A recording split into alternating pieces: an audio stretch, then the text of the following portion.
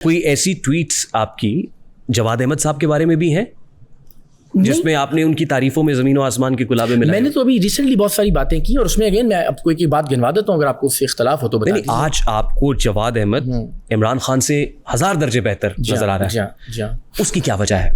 اس کی وجہ میں نے آپ سے کہا کہ وہ ذاتی زندگی ہو, وہ سیاسی معاملات ہوں اور نظریاتی معاملات ہوں. میں لگتا ہے, یعنی مثال دے دیتا ہوں میں آپ کو.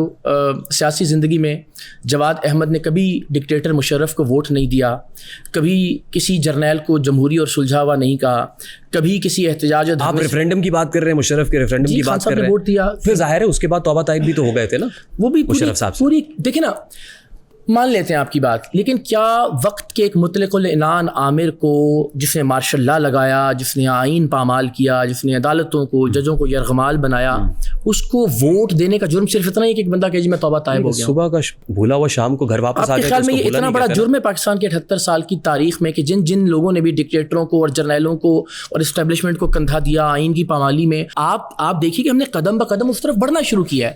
میں تو اس بات, آپ اکیلے یہ نہیں کر سکتے اور اس کی وجہ ہے جی آپ درست فرما رہے ہیں کیونکہ سوسائٹی بہت فریگمنٹڈ ہے, یہاں پولرائزیشن بہت زیادہ ہے. اب آپ اگر کسی کو یہ کہیں گے اچھا تم پی ٹی آئی سے ہو سکتا ہے پی ٹی آئی, پھر آپ فون آن کریں گے اور پھر آپ اس کی ماں بہن آئی مین اس کو اس کے بارے میں جو کچھ کہا وہ سب کے سامنے ہے, تو آپ کو نہیں لگتا کہ پولرائزیشن اور بڑھے گی, نفرت اور بڑھے گی؟ آئی ایگری, یہ بات ٹھیک ہے.